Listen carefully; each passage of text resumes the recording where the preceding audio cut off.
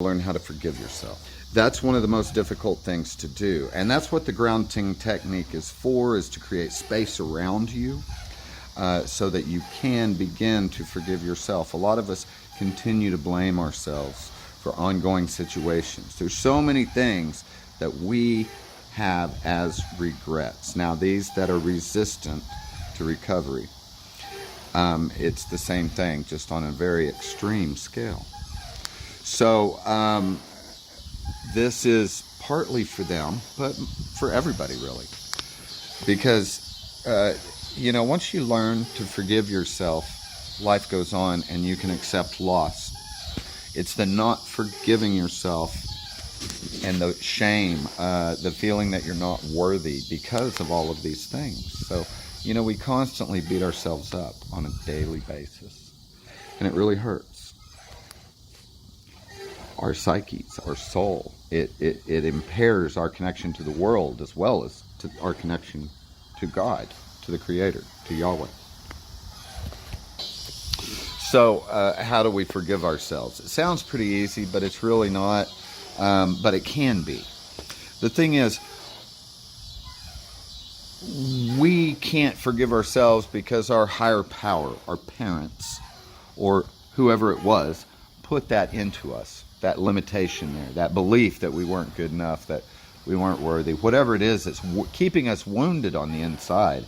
It's a sense of loss. It could be from the death of a loved one, or from something you never received from a mom or a dad, or from your schooling. And there's so many ways kids can get damaged in the process of growing up. And, a lot of times when you get hurt, you get confused. And when you get hurt and you get confused, you tend to retreat. That's the first thing a wounded animal does, is retreat and try to lick its wounds. It's no different, even just because we're sentient beings.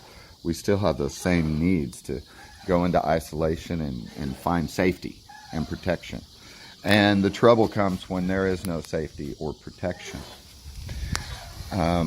That's one way trouble can come. There's almost an infinite number of ways that human beings can hurt each other. And my point is, it's hard to forgive ourselves as long as we believe what we've been told. So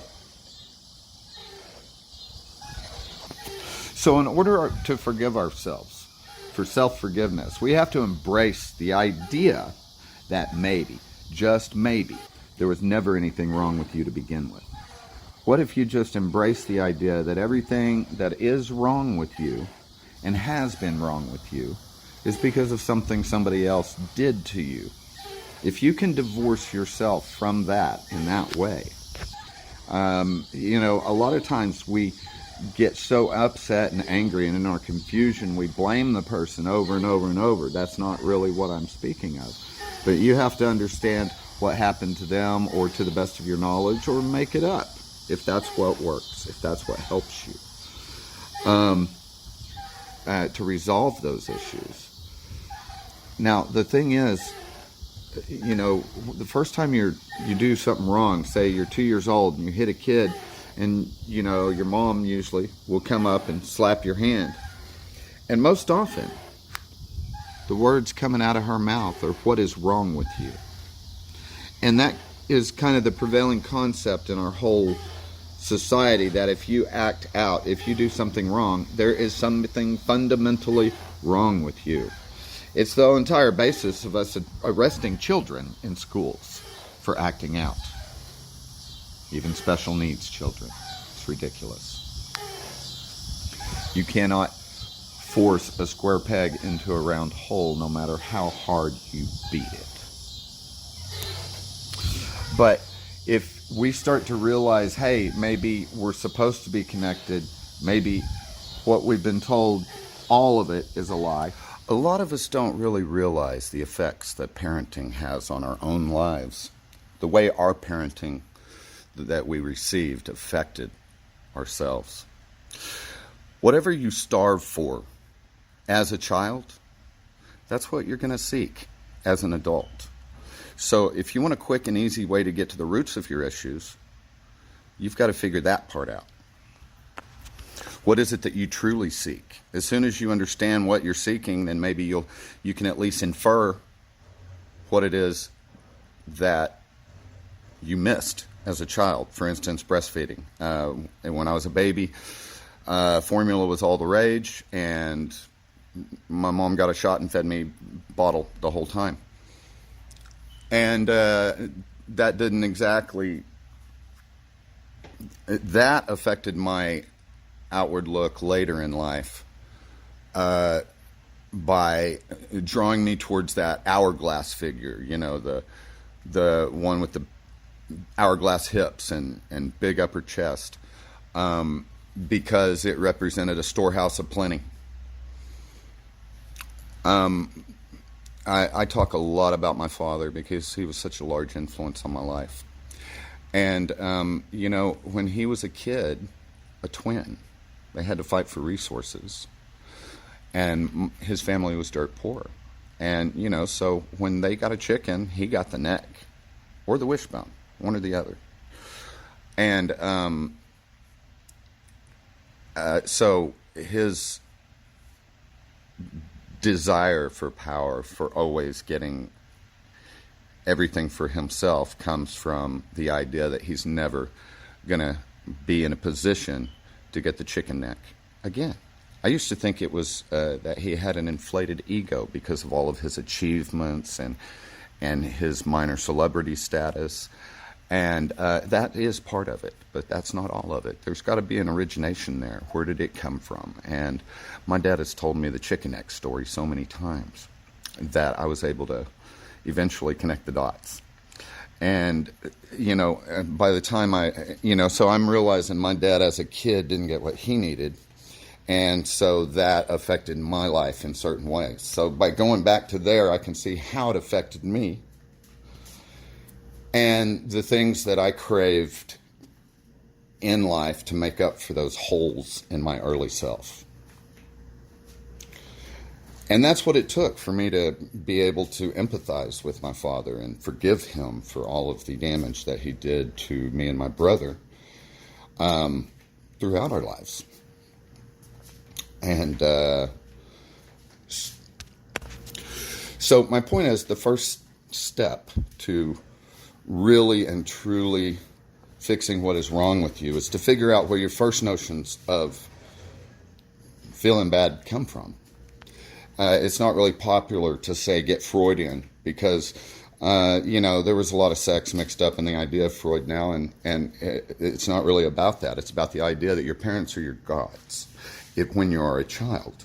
And the environment that you're provided, that, if you have a place of safety and love and acceptance, and you are told that you are part of creation and that the Creator lives inside of you, over and over and over, you're going to believe that. And that's why I say it'd take 3 generations to change our country once we get over the enabling of shame and blame. Because it's out of control as anything else. Political rhetoric used to be slinging mud. Now it's shooting bullets.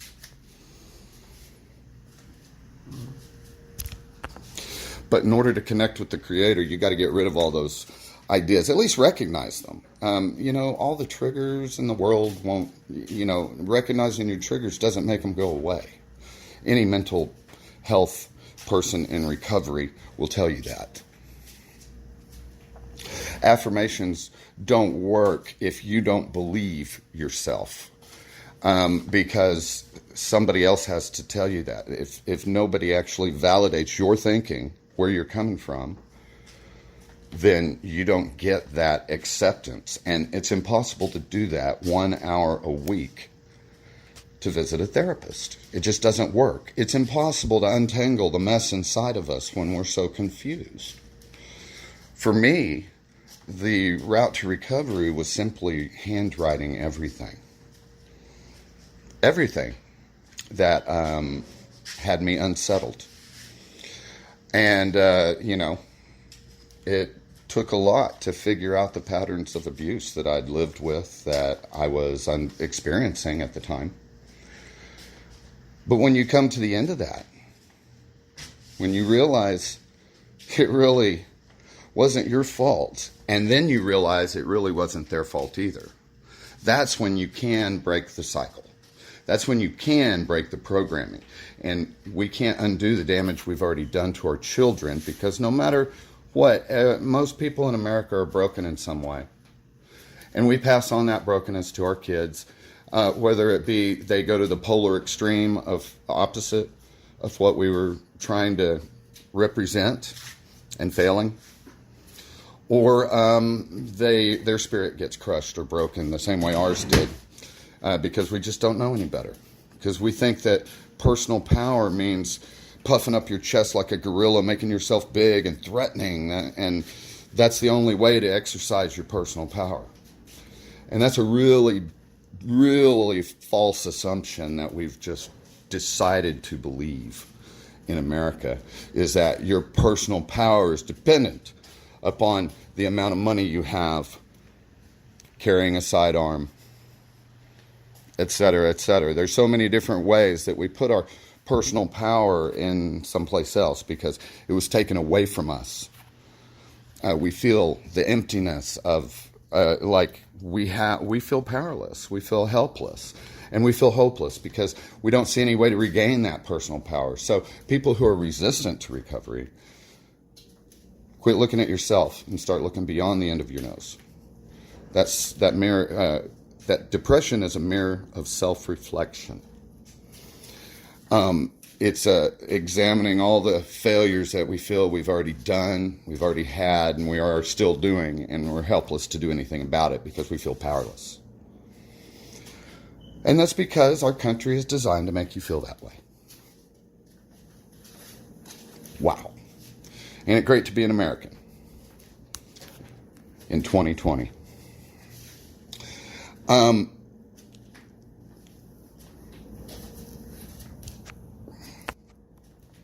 America first and nationalism is a very dangerous pathway, but it's perfect for Christianity because they've given up all their personal responsibility and get told what to believe on a weekly basis or a daily basis, whoever you listen to. So, the path to personal power and freedom and connection with your Creator, for me, to share, is achieved through the following steps.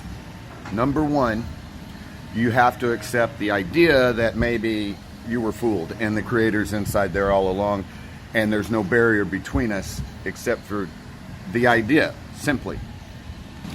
And the first thing you need to do is start to consider the idea of that.